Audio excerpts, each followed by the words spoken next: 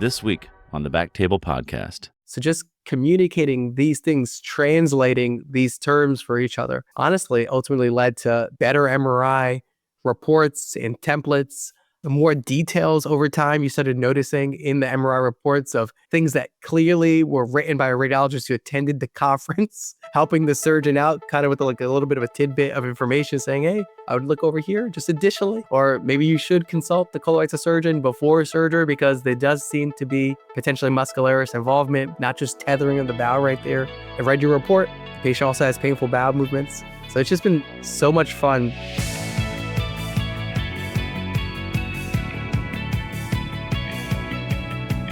Welcome back to another episode of BackTable OBGYN. This is your host, Mark Hoffman, and I've got an old friend and a new friend with us today. Coming from Boston, we've got a good friend who used to be a partner of mine, Dr. Peter Movilla, who is a MIG surgeon. He's the Associate Medical Director at Newton Wellesley Hospital and an Associate Clinical Director for MIT Center for Gynepathology Research. Was my partner at Kentucky for a little while, a MIG surgeon, and he's brought with him Dr. Anuradha Shenoy-Bhangle, who's a assistant professor of radiology at Harvard Medical School and medical director of abdominal imaging at MGH campus. Welcome to the show, both of you. Peter, Anu, welcome. Thank you for having us. Thank you, Mark.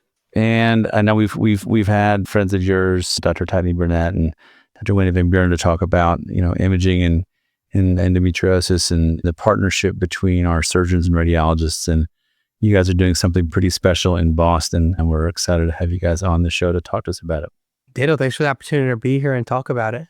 Thank you, Mark.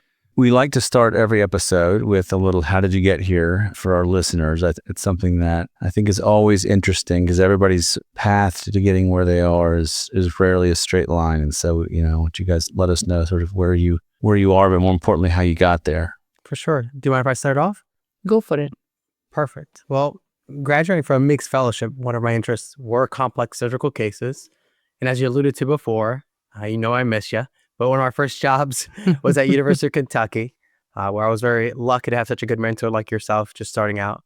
But some of the earlier tasks that we had were to begin some surgeries on patients with complex endometriosis.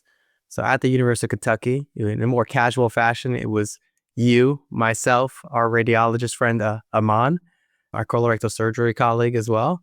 And we'd meet up casually at your house with some pizzas, review some hard cases, and then, prepare for some complex surgeries. Life kind of took me back to Boston where I did my fellowship.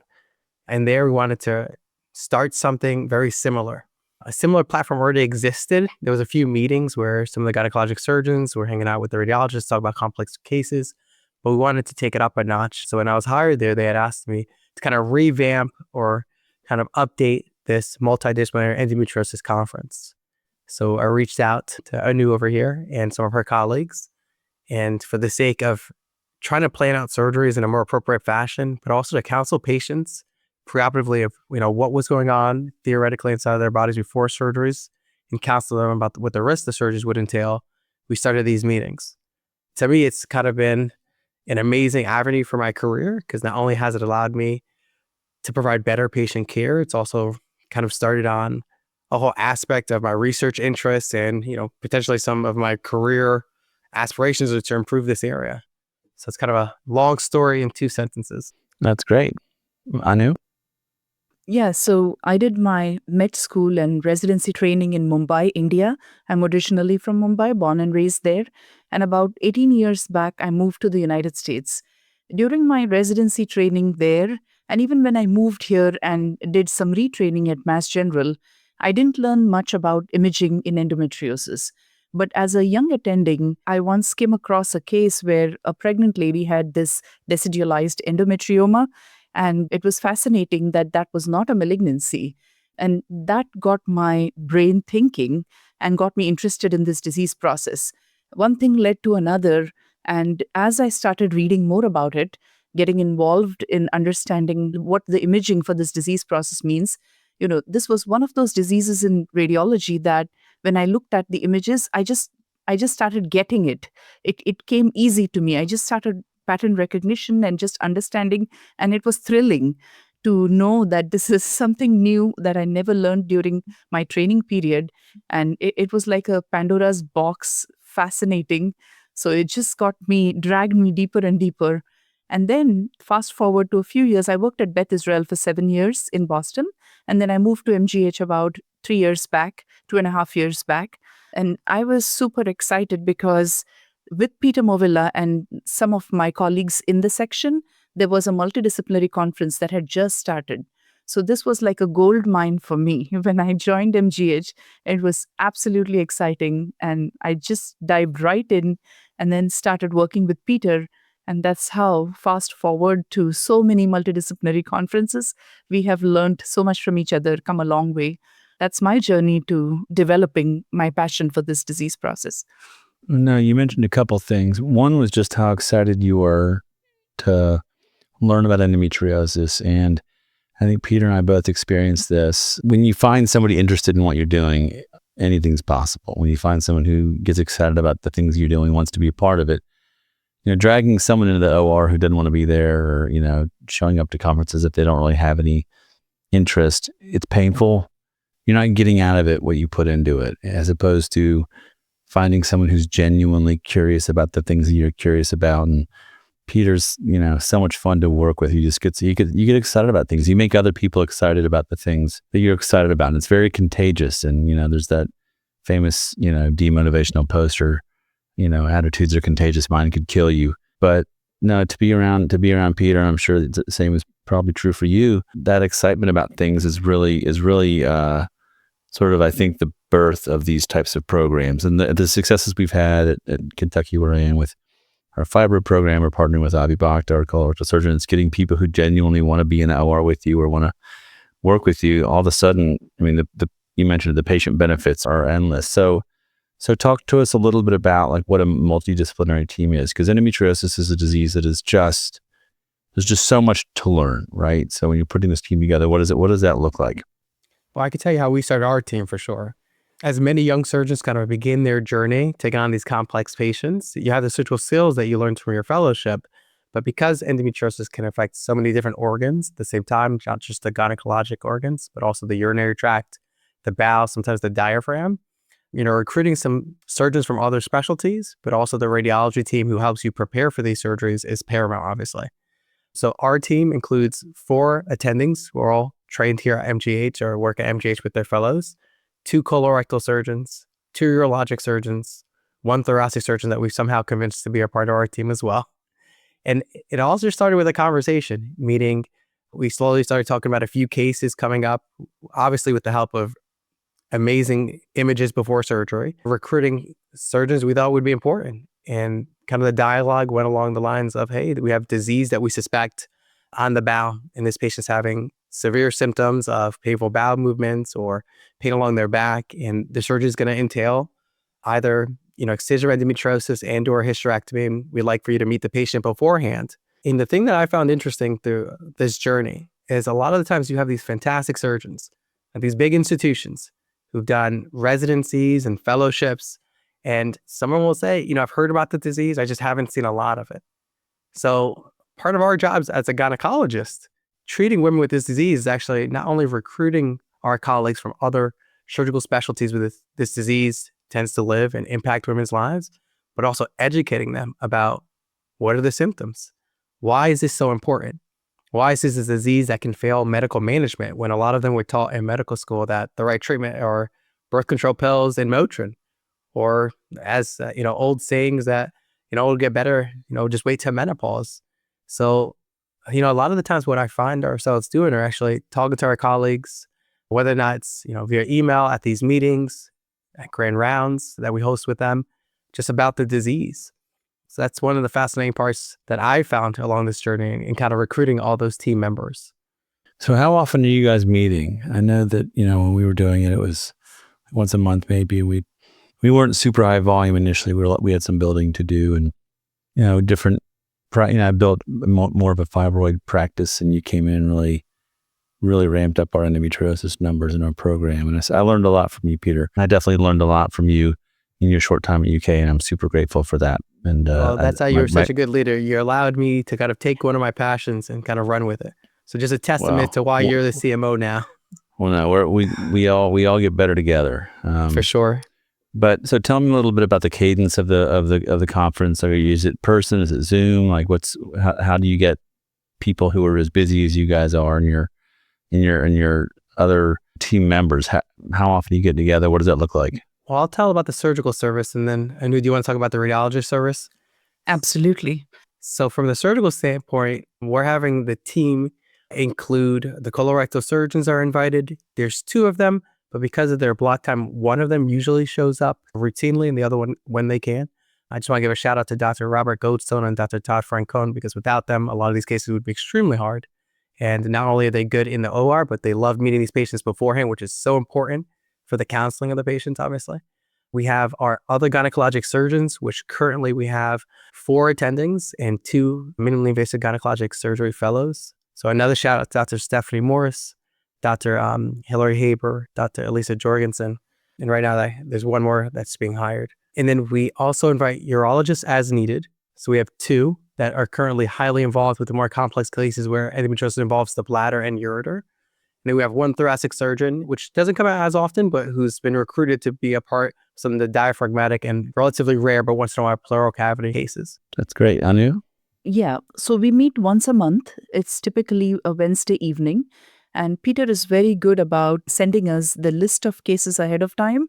So we had a debate of whether staff should present cases or fellows should, but we concluded that if we recruit fellows to do the presentation at these conferences, they will learn by being in the hot seat. And so typically one of us reviews the cases with our fellows who would be presenting at the conference. And because this disease is so complex, when they review, I feel like they learn a lot. And when they present, they're in the hot seat. There's a little pressure of being to the point and being efficient. So they do an excellent job. We're very proud of our fellows for that. And so the way the actual conference runs is it's about an hour long. Peter starts with the history and the clinical features of that particular patient. Then we go over the imaging. When we review imaging, I like to show anything that is relevant. Perhaps an ultrasound might have been performed, which shows some features of endometriosis. And then we typically go over the MRI. So Peter divides the cases into pre-op and post-op cases. So pre-op are the ones where we go over the pre-surgical MR a little more in detail. And these are the patients that would go to the OR at some point between now and the next endo conference. And then the best part, and the part of this multidisciplinary conference that has really elevated our learning, is the post-op cases. So he diligently brings videos, intraop videos, not of course the 8-hour long videos, but he brings the abridged version. I know how long those surgeries are and how complex they are, but he makes those short videos, brings the key intraop findings and shows us how our MRI, what we see on MR, really correlates to what he sees in the OR. And over a period of time, it is fascinating. All of us have learned so much from getting this feedback from those intraop videos. So we love both the pre-op and post-op, and we're super excited by the time the next conference rolls around to see how much of what we described on our MR reports was true, false, how we could have done better, or where we did great. So that's how it goes around. And repeatedly, every year, our fellows have told us by the time we have 16 fellows. So you can only imagine how much of this information is taught, learned, and disseminated throughout the country as they go into their new jobs. So this MDC is really a very valuable component of our learning. That's amazing. I mean, so Peter, the amount of work you're putting in on top of being in the OR and clinic and all the other stuff to put this together for the conference, really, it's so impressive. But it's not the patients benefit clearly. I mean, they're getting somebody who's looking at this with as many eyes and ears and brains, looking at this one patient. I mean, to think about one patient who comes to see you guys, the number of people who are weighing in to try to provide the best care. But on top of that, you're educating future surgeons, radiologists to do more of this work. And that's something that a lot of us would say there's a need for. It's a disease that we don't yet understand. So to be a part of that understanding process, to be a part of the learning process, I mean, your contribution to the big picture of what we know about this stuff is incredible. I mean, so, kudos to both of you guys. It really is we're all going to benefit from your work. And so we appreciate that. But talk to us a little bit about that post. I think that's one of those things, like, to lock it all in, right? There's so many cases where you'll see the patient, you'll have your algorithms for who needs an MRI, and then you get one done and you do the surgery and like, okay, that was nothing like the MRI report. And you look at all the pictures, but ultimately, like, you're just trying to make sure you get through things safely. But then to go back and bring the radiologist to the room and say, okay, what did we see? I mean, that you've already submitted your CPT codes at that point. You've already billed for the case. Now we're just learning. Now we're just investing time to learn after the fact. And that is just pure effort. That is just pure, curiosity. So talk to us a little bit about the value of that and what some examples are of how you've learned and how that's impacted, subsequent cases that you did. I guess I'll start with this one. Number one, because of the passion of the people involved, the MRIs are actually ridiculously good. As a surgeon, specifically for these complex cases. And also because you really never know from just the history and even sometimes the physical exam what you're going to get into with endometriosis. Because patients with stage 1 and stage 4 disease have very similar symptomatology. So these images are paramount in preparing. And as a surgeon, you never want to go into someone's abdomen unprepared, specifically if there's bowel involvement or urinary tract involvement. So these images, to me, are like a roadmap. If being a surgeon was going to battle, then you want to be prepared to get the whole thing surveyed and know what you're getting into. So I would say the postoperative review has, to me, been paramount in synthesizing, number one, how we're going to relay this information from the radiologists to the surgeons. Because one thing we noticed when we were beginning to work with each other we're both very intelligent, different groups, but we speak a different language.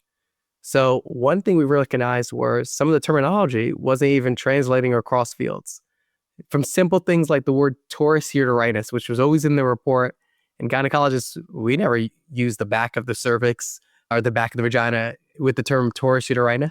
Or when we were showing the surgical videos, on the video, everything on the left-hand side would be the right-hand side of the MRI. Or how when you look at MRI, the left of the side is the right and vice versa. So when they were looking at the surgeries, simple things like that, not realizing that we're looking top down. So the left is the left and the right is the right. So just communicating these things, translating these terms for each other, honestly, ultimately led to better MRI reports and templates, more details over time. You started noticing in the MRI reports of things that clearly were written by a radiologist who attended the conference, helping the surgeon out kind of with like a little bit of a tidbit of information saying, hey, I would look over here just additionally. Or maybe you should consult the colorectal surgeon before surgery because there does seem to be potentially muscularis involvement, not just tethering of the bowel right there. And I read your report. The patient also has painful bowel movements. So it's just been so much fun to kind of be a part of a team. I grew up playing sports a lot, and part of this multi-endometriosis team reminds me of being on a sport team where everyone kind of just looks out for each other. So I think the post-operative review has really just helped us speak the same language, where the preoperative review is more just planning, talking about the individual patient, bouncing ideas around of like who needs to be involved with surgery. The post-operative has really synthesized it all together, in my opinion. No, I mean, I think one of the things that I spend a lot of time in my new work now is thinking about how to make the work not just less challenging, but a little more fun. Like, I think we all do better work when we are excited to come to work that day. And there's so many things about this work that is very hard, that is challenging. It's some of the hardest stuff that we do. And I'm sure you all take care of sick patients like we do back in Kentucky. That's hard enough. We don't need it to be harder. So if we can find people that we enjoy working with, that's truly a gift, I think. And I'm so happy you guys have found that there. Yeah, I'm assuming you're talking about MRIs, right? That's your primary imaging modality for endometriosis. And Peter, we still sort of use your algorithm here, but talk to us about who gets an MRI. Is it just like everybody? Are you guys getting folks primarily who've already been diagnosed with endo, or is it new patients with dysmenorrhea? Who gets an MRI? How do you guys determine, when to get folks into this or is it everybody who gets a scope? It does seem like it's a high portion of patients, I'll say that. But we are kind of a referral center, so there are plenty of surgeons here in Boston. But as one of the 3 main minimally invasive gynecologic surgery referral centers, we typically tend to get the cases that are more severe. Whether or not it's because we've advertised that we've had this team or patients are being self-referred by hearing our names, we typically do get some of the more complex cases of not just endometriomas and bowel disease, but we're getting the repeat surgery. So it does tend a lot of our patients based on symptomatology, prior operative reports. I'll let Anu also talk about how some of the ultrasounds we're trying to improve as a screening tool for deep endometriosis that sometimes will lead to an MRI. But I would say a higher number than there used to be are getting MRIs, at least from my standpoint. Again, maybe it's a personality. I just like to be prepared. If overly prepared is my fault, then I'm okay with that when it comes to planning these surgeries. No, we're very happy with Peter and his group for sending us more MRIs. No complaints there. But in general, from an imaging perspective, we are an MR heavy practice. There are centers that do dedicated ultrasound and use ultrasound as a tool for pre-surgical mapping, but our workflow doesn't allow us that. We definitely use ultrasound as a screening tool.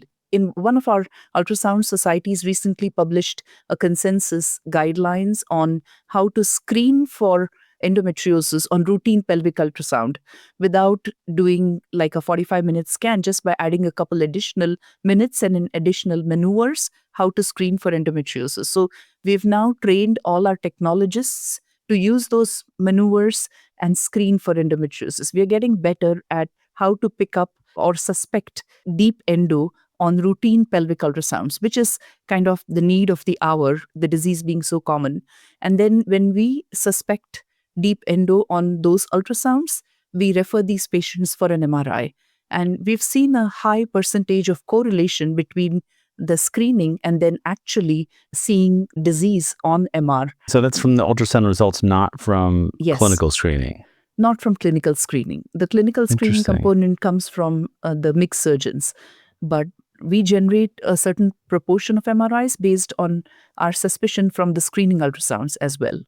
That's interesting. Yeah, I know we've had a couple of folks on the show over the last couple of years who doing some more advanced ultrasound work. Matt Leonardi, I think, is one of the big names in all that. But it really is. There's just so much out there we don't know, and so much to learn. Thinking about how to sort of prep for surgery, Peter, I'm thinking about how we use that MRI information. The biggest thing for me is like colorectal surgery there or not, or bowel prep, right? Because if we're thinking there's bowel involvement, bowel prep can be the difference between an ostomy and a reanastomosis, right? At least that's what I'm told, at least for our guys. Is everybody getting a bowel prep if you're going to the OR? Like, how do you guys?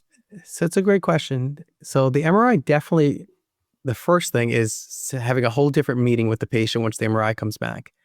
Because not one MRI and one patient are ever the same when you combine the two. Every patient has a different symptom profile, different reproductive goals in terms of what they want in terms of future children or conception. There's different ages that they all present to, even though there's a tendency of higher disease with older patients. We've seen some of the worst cases in young 20-year-olds as well. And then there are some patients that are there to prioritize pain versus fertility, and then some who are trying to balance both. So for me, the first step is meeting with the patient, because they always get the MRI results before we do now with Epic, and going straight to their inbox, and they try to read and decipher it all and use Dr. Google. But I think it's paramount that you actually meet with them, even if they have surgery already scheduled, and sit down. And I just start with a simple drawing or a little bit of an animation of what the MRI actually means. There's some colors involved. There's a lot of squiggles because I'm not the best artist, trying to make it look three-dimensional. And then going with each organ system. I colloquially say to patients that this surgery is a little bit a la carte because there's no true definition of what excision of endometriosis is.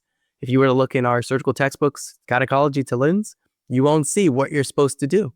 And that leads to a huge debate in our field. And not just ablation versus excision, but even if you agree that excision is right, do you always have to cut out bowel disease? What do you do with ovarian endometriomas? Obviously, we know it decreases the ovarian reserve. So in somebody who's planning an egg retrieval, if you go after the 1 centimeter endometriomas, obviously if they're big and they have pain, that's a whole different story.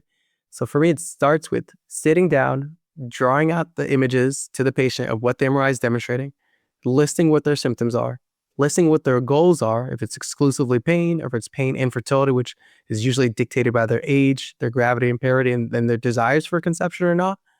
And then literally saying, if we see this on the appendix, the ovary, the tube, the uterus, the small bowel, the diaphragm, the large intestine, the bladder, what is it that you would like us to do? We tend to try to simplify it. So we just say conservative or comprehensive. Conservative means superficial excision is usually okay, but they necessarily wouldn't want a bowel resection. Comprehensive means they would want as much as we can take out visibly to rid macroscopic disease.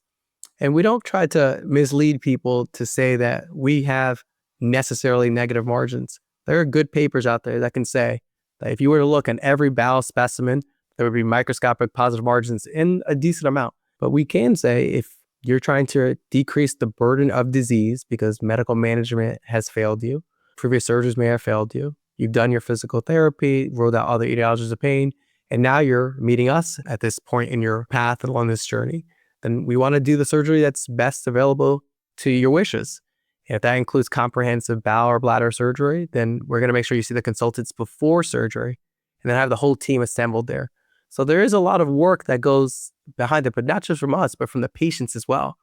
Because if they are asking for that, and we have this roadmap that's clearly shown us what could be there with a good degree of sensitivity and specificity, now they have to go see maybe 1 or 2 more consultants.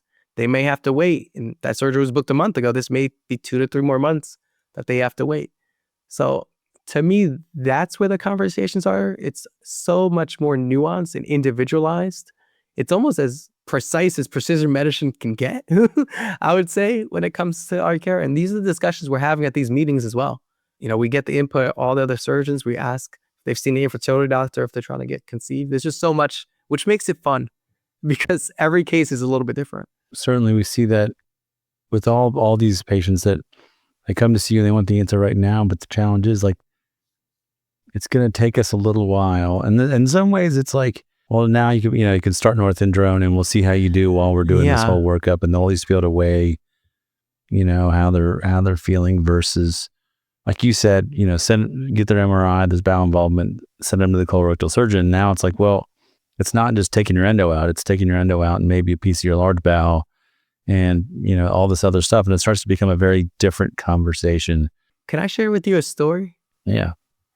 It's funny. It's when I think you might not remember this, but this is a conversation I had with you when we shared offices together. One of the first times I realized how important preoperative imaging was in Kentucky. During my first year at the University of Kentucky, I met a patient and she wanted excision. She knew she had endometriosis from a prior surgery where someone took a look on the inside and said it was complex, sent it to our university together when we were working together. And she came up to me and she was one of our patients from the Appalachian Mountains. He had driven 3-4 hours, booked a hotel in Lexington to stay. And she goes, I just want you to do the clean out surgery. And I remember having a hard time trying to explain to her, because she has severe disease, that we didn't have a clean out surgery, that I would have to explain the nuances of what to do with her ovaries and bowel. And I remember how frustrated she got because this took a lot more time and decision making than I think she anticipated. And that's part of our job, is to take that time and to explain to patients that despite what they may have read online, they might be talking or reading about stage 1 disease. And if they have stage 4 disease, that's a whole different surgery. And there's a lot more decision making that needs to go into it. It just makes the job a little bit harder when it comes to patient counseling. But I think if you're passionate about endometriosis surgery, then you got to be passionate about patient counseling and have that patience to do that. But I think that was one of the first times, I remember talking to you about this because you're so good at talking to patients. So I asked for your advice. But I remember that was one of the first realizations of, man, you really need to know what you're getting into before you start this. And sometimes there's quite a gap, right? We talk about information asymmetry, and we spend all this time learning about this stuff and making up words to describe, putting a camera in someone's uterus and hysteroscopy. These patients like, what is it? It's it's complicated, and there's plenty of things I don't know, and trying to have some technical specialist in air conditioning explain what's wrong with my HVAC, but this is even more complex, and our patients deserve to know what's going on. But it's also you're right, it can be a really long visit, and folks who don't really know what ovaries do or what a uterus is or where it is, and you're going, okay, so I'm explaining all this stuff and then how they're all stuck to each other in ways that it is, and then you're saying, oh, but you make the decision about what you want us to do. And it's like, man, that's a really tough spot to be in. And so you don't want to be paternalistic, and you don't want to tell them what's best for them, because we don't know what's best for them. But we don't really know. Communication is not just me saying it, but also that, person understanding it. That's the real work for endometriosis that I find the most challenging, that you do so well, is really just being with the patient and spending time and really trying to help them understand, And this is a complex disease that we sadly, we just don't understand. I know cancer is complex, but cancer is, relatively straightforward in many ways. I have cancer and we're going to try to treat it. Great. We have all these trials and we have all these things and we know, here's what we're going to do. Whatever, just fix it. Endometriosis is like, we don't really know. And so one of the things you mentioned is, what's the right thing to do? Are we resecting everything? And these quote unquote complete peritonectomies, like, they're not complete. People still have peritoneum left all over the place, and there's clearly disease left over. And how do we explain what it is that we're even trying to do? And we don't always necessarily, we can't say with confidence, oh, this is going to be the thing, and Keith, your old partner, used to always say, like, central pain is probably adeno, right? So what's taking a left pelvic sidewall superficial endometriosis nodule going to do for their dyspareunia? Like, it probably nothing, so it's a disease that is tricky for sure. I mean, there's just so much we have to learn, but what y'all are doing is going to be part of how we get there, how we help people like me count on my patients better. So I know you guys are educating your fellows and things, but it sounds like you're also doing some work educating folks outside of your own divisions as well. Talk about sort of how that message for the work that you're doing gets outside of just your own clinical practices. Well, I just want to start and give so many accolades to Anu because she is a publishing powerhouse. There's so many things right now that are just out, either submitted or out for review because of her efforts and her passion for this disease. You would think she's a gynecologist herself. So I'll just let her talk about some of the review article ideas and things she's doing. She has a lecture tomorrow for our ultrasound technicians to teach them. They want to improve their ability to do the sliding sign on ultrasound. So she's literally invested some of her time tomorrow to do a lecture and bring pizza. So I just kind of want to hand that question off to her since she's kind of the powerhouse along that area. You're very kind, Peter. I wouldn't use the word powerhouse. I would just say that there is so much material and there is so much that needs to go out. And also, I have an excellent team. Without the mixed surgeons, really, our efforts would be nothing. And I'm not just saying this. I'll give you an example. One of the things that we put together was a poster. It was labeled MRI Atlas of Endometriosis, correlating with laparoscopic images. And we won an award for that because the poster was excellent in the sense we showed correlation of MR images with laparoscopic images. So even the radiologists could understand, what we need to say and how it is perceived by the surgeons and what key findings on MR are necessary to be conveyed and how important they are, or rather what their importance is in terms of patient management, surgical or what have you. And so, small things like that. And then, of course, we are trying to generate a publication out of it as well. It's in the works.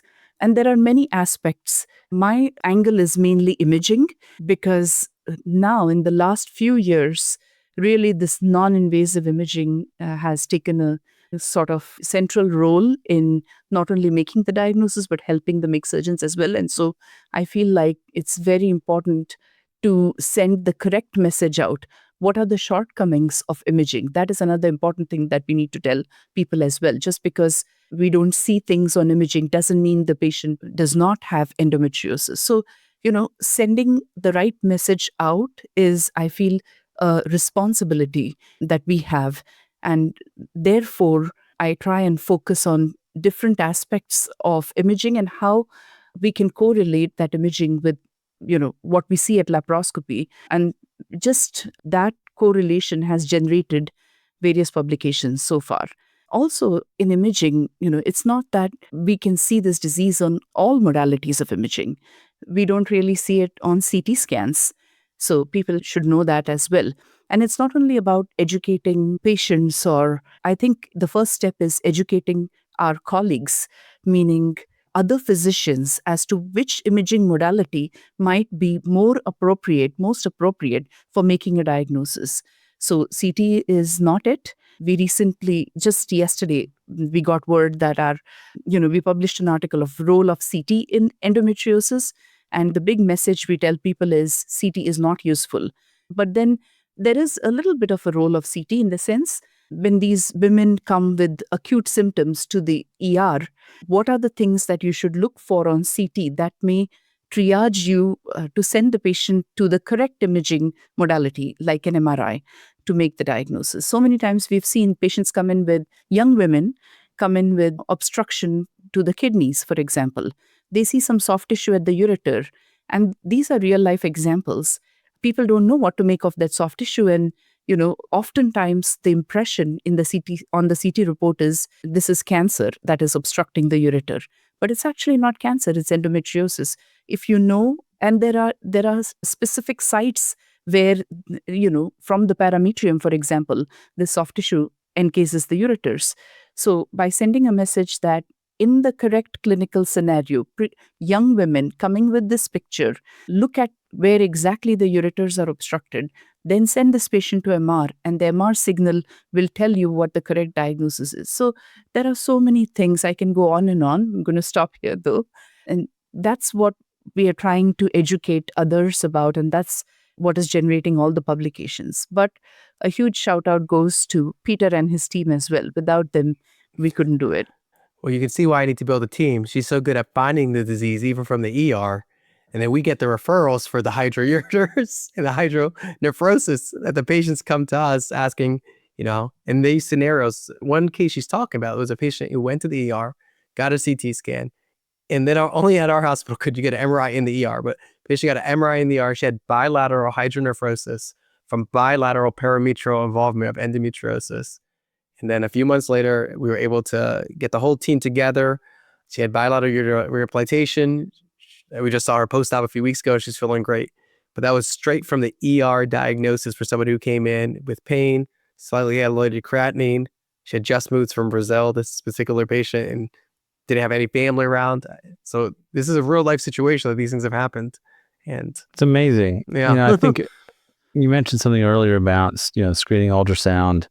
That's sort of the first time I think I've heard of ultrasound screening outside of, a clinical picture, right? So, Peter and I talk to patients and tell us, I've got these symptoms, and, it's certainly that it gets in our differential, it gets in our list of things to think about. But having an ultrasound for someone who's otherwise, maybe asymptomatic, are you guys picking it up? These are things that you're seeing signs.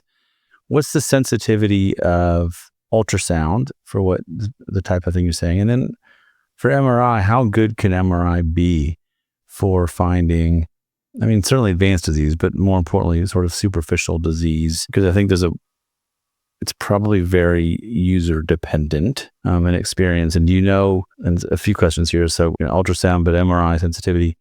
And then how many do you need to read a year or to get good at reading endometriosis? Is there like a number needed to what's the learning curve look like for training your MRI reading learners over there? Excellent questions, Mark, which have absolute practical value, hopefully, to our listeners. So I'm going to tackle one question at a time. Let's start with the sensitivity of ultrasound. So there is a lot of literature published in the European world because they are champions of using ultrasound. In our setup in the United States, we are more MR heavy, whereas in France, for example, Brazil, they are more ultrasound heavy. So based on the literature that is generated out of people using ultrasound routinely, there is a recent meta-analysis that came out. And in that, the ultrasound sensitivity, and by ultrasound, I mean specifically transvaginal ultrasound, not transabdominal. So transvaginal ultrasound has been shown to have a sensitivity of up to 93% in detecting deep endometriosis. Endometriomas are very commonly seen both on ultrasound as well as MR. And in fact, the radiologists are very good at diagnosing endometriomas. But in terms of deep endo, that's kind of the range of sensitivity for transvaginal ultrasound. And then as far as MRI is concerned, yes, there's definitely a learning curve.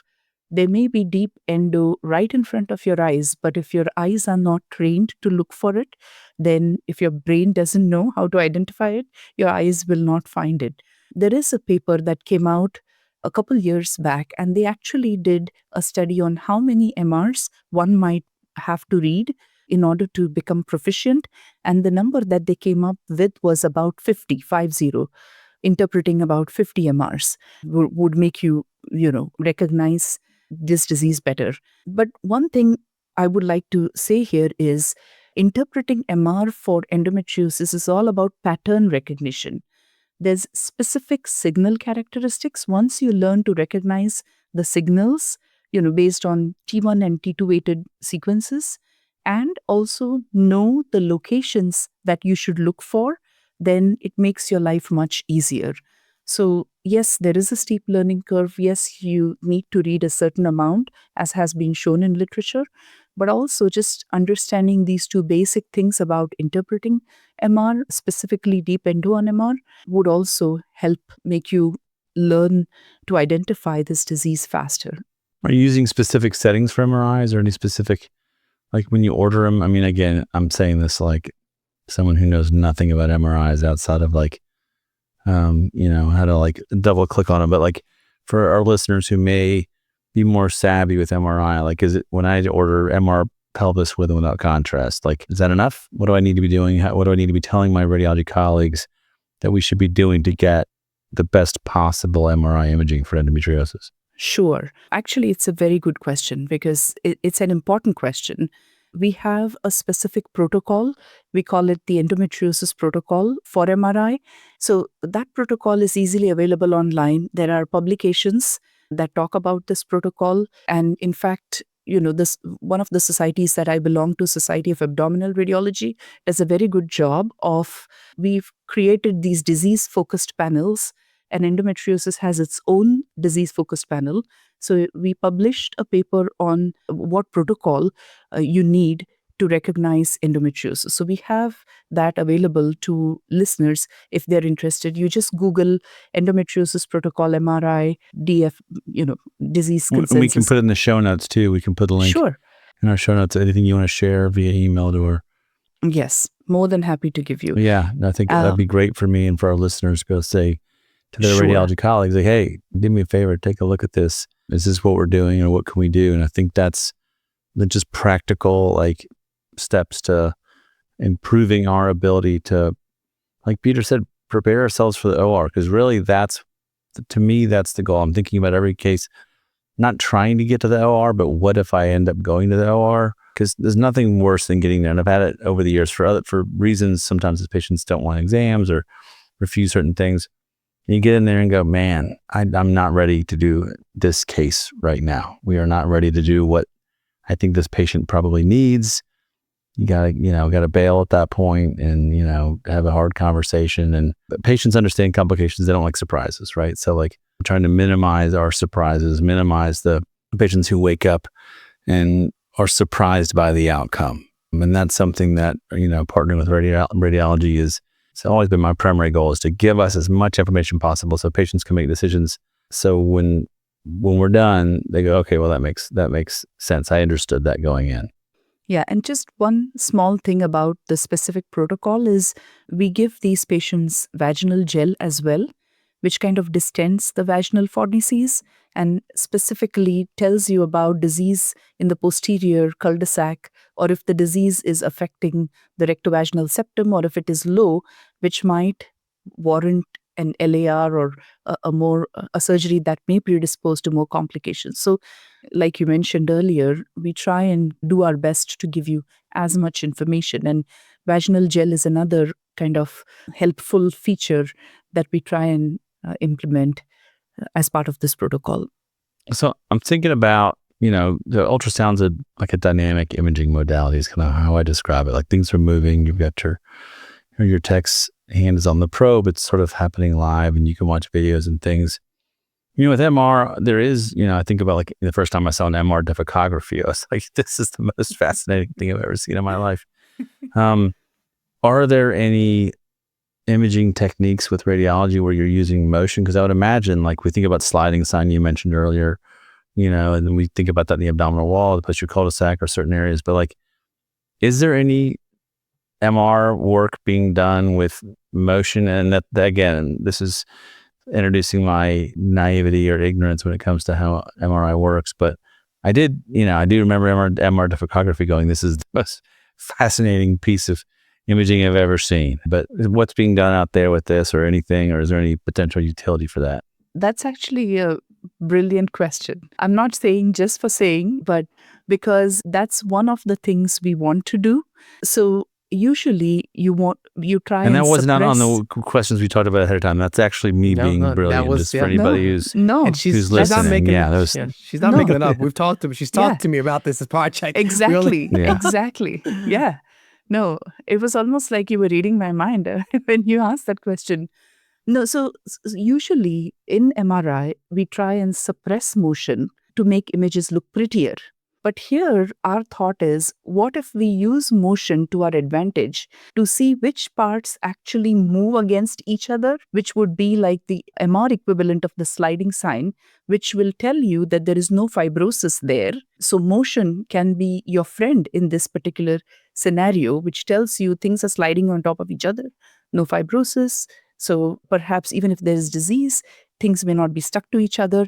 So there are ideas that we are floating around to try and see how we can exploit sequences and make motion our friend and see if we can generate some MR sliding sign equivalent of the ultrasound sliding sign. But this is all in the works. It's still in the research phase. Hopefully, this is something that we can come up with and then implement clinically as well. Well, then you'll have to come back on the show and tell us all about it when it works. Because Fingers Yeah. crossed. yeah, that's very cool. So we sort of touched on that a little bit, but what do you see in terms of the future for this, for not just imaging but the conferences, and why? What else can we do? What are the things that are on the horizon? I know Peter's working with the pathologists over there and at MIT and doing some advanced stuff there. But in terms of our multi-D conferences, other partners, like what do we have coming down the path for our patients who have endometriosis? One thing, being at large academic facilities like where you're at, Mark, and we're right here, we're surrounded by people who want to learn more. They don't just want to go to work and do the things that they were taught. They want to advance the field. So I'm very lucky that I'm surrounded by people who want to do research. You alluded to one of the labs that we collaborate with at MIT called the Center for Gynecology. We're actively working to improve our tissue repository on the disease.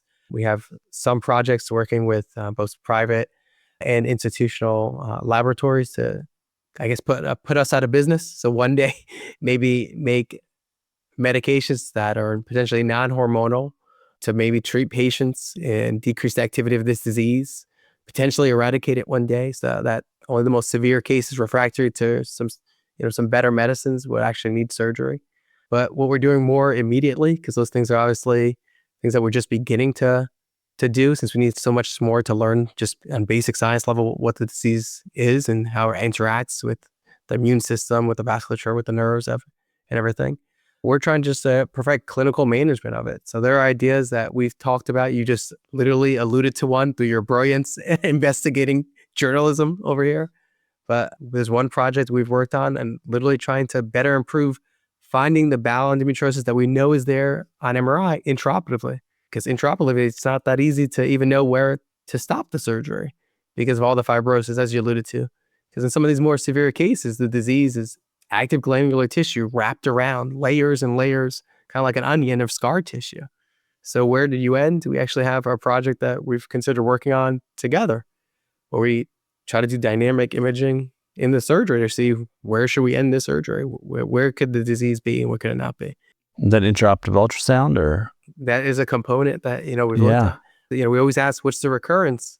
And recurrence is so hard to define for disease. You barely know it's there without really expensive imaging. So obviously there's no serum tumor marker that we think about in cancer. So a lot of it's symptomatology. We've talked about, we have a few patients who have post-op imaging. Is there any role in that as a baseline, new baseline? There's just so much room to grow because unfortunately there's just such a paucity of literature on this. So not only do we not agree upon what to do sometimes for these surgeries, granted it has to be individualized a lot, there's just so much of what we can learn and how to improve things after surgery, which is so important.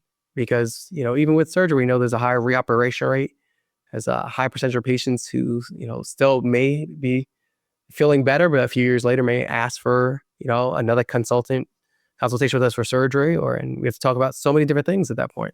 So there's just so much that we can do in the future. I just don't want to go into too much detail because I don't know how many people listen to this podcast. Millions. Exactly. Peter. But no, it's just an exciting time, I guess, to be a part of that. I just feel so lucky to be at this stage in my career, so young, and being able to do some of these complex cases with some brilliant minds. No, that's awesome. I mean, again, I can feel comfortable and confident knowing that, if anybody can do it, you can. I mean, you guys are doing amazing work. I just wanted to add one small thing to Peter's hope for the future, kind of. One thing I feel is that the endometriosis is a disease that can predispose to cancer. We don't really treat it like that, in the sense there is no surveillance program for patients who have endometriosis. There was an article in JAMA that showed that patients who have deep endometriosis have, in general, an increased risk of developing cancer compared to the general population.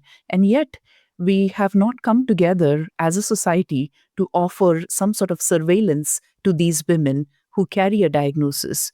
So one of my hopes is that, we don't need any fancy imaging. We don't need anything. We already have the tools. We just need to make some guidelines whereby these women can be screened regularly so that any cancer developing in these patients can be detected early. Whether it is inside of endometriomas, we know cancers can develop there as well, or whether it is within deep endometriosis. These are young women. They go through all their life with this disease. It doesn't vanish. And yet we don't offer them surveillance for early detection of cancer. So I think that is one of the things that I really hope that our societies can come together and offer these women. No, it's important. I think you touched on our friends Wendy and Tatney.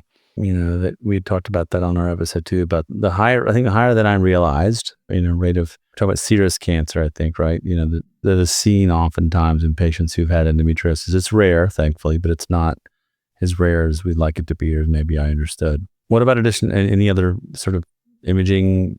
In the future of imaging, anything else we're not using for endometriosis that we ought to be, or that we're thinking about?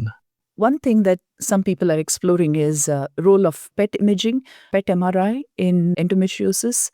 We still have ways to go, but hopefully there may be a role for PET tracers that can tell us what is active disease, what is fibrosis, separating the two out, and perhaps which component is the one that really needs to come out. So maybe in the future, if we could go in that direction of utilizing PET MRs in helping triage the patients more specifically to what disease needs to come out. That's one thing. And then the role of AI is a huge topic of discussion. It's not mature yet, the technology for application for endometriosis patients. Yeah, no, I mean, it's hard to imagine anything that we do in medicine or out that won't be impacted in AI in some way. Just, look, to be honest, whatever we're doing, and Peter, don't think for a second as a surgeon that you're safe from the AI robots. They're coming. I've watched The Matrix. I know what's coming. Well, yeah, it's coming. So, and you went to the endometriosis conference in Miami, right? Because when he was talking about yes, the first ever international endometriosis conference that they put on down in Miami, and you were there. So you get to give us feedback. You get to tell us all about it. Yes, absolutely.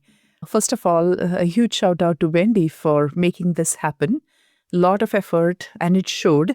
It was a hugely successful conference. There were delegates from 5 countries. It was truly international. And the beauty of it was there were 2 tracks that were offered. One was basics and the other was kind of an advanced track. And there were not only surgeons, but radiologists, nurse practitioners, there were sonographers. There was a vibrant mix of people coming together.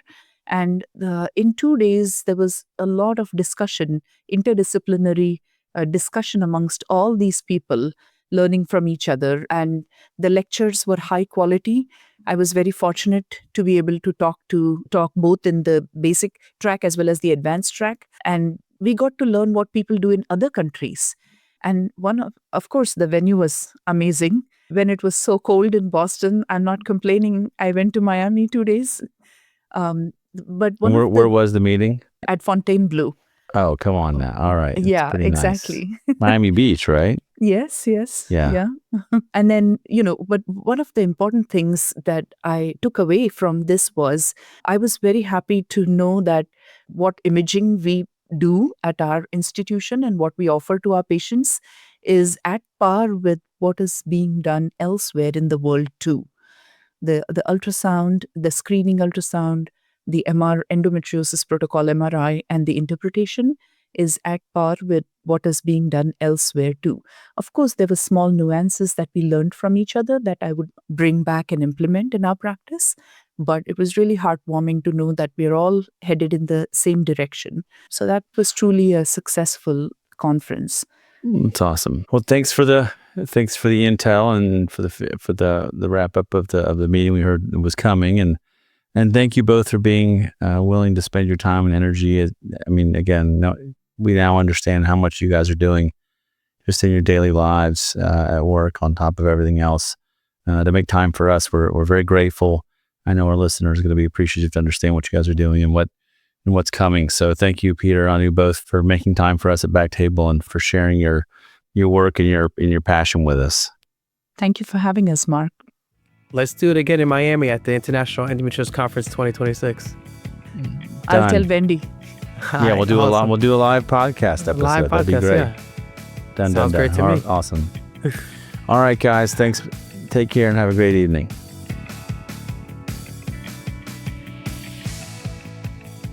Thank you so much for listening. If you haven't already, make sure to follow the podcast, rate it 5 stars, and share with a friend. If you have any questions or comments, direct message us at _BackTable OBGYN on Instagram, Twitter, or LinkedIn. BackTable OBGYN is hosted by myself, Mark Hoffman, and Amy Park. Our audio team is led by Kieran Gannon, with support from Aaron Bowles, Josh McWhirter, and Josh Spencer. Design and digital marketing led by Brian Schmitz, with support from Taylor Spurgeon-Hess and Yvonne Overjinsky. Show notes and social media by Emma Landenwich and Lindsay Beecham. Administrative support provided by Judy Dela Cruz. Music written and performed by Scott Baby Daddy Hoffman. Thanks for listening, and we'll see you again next time.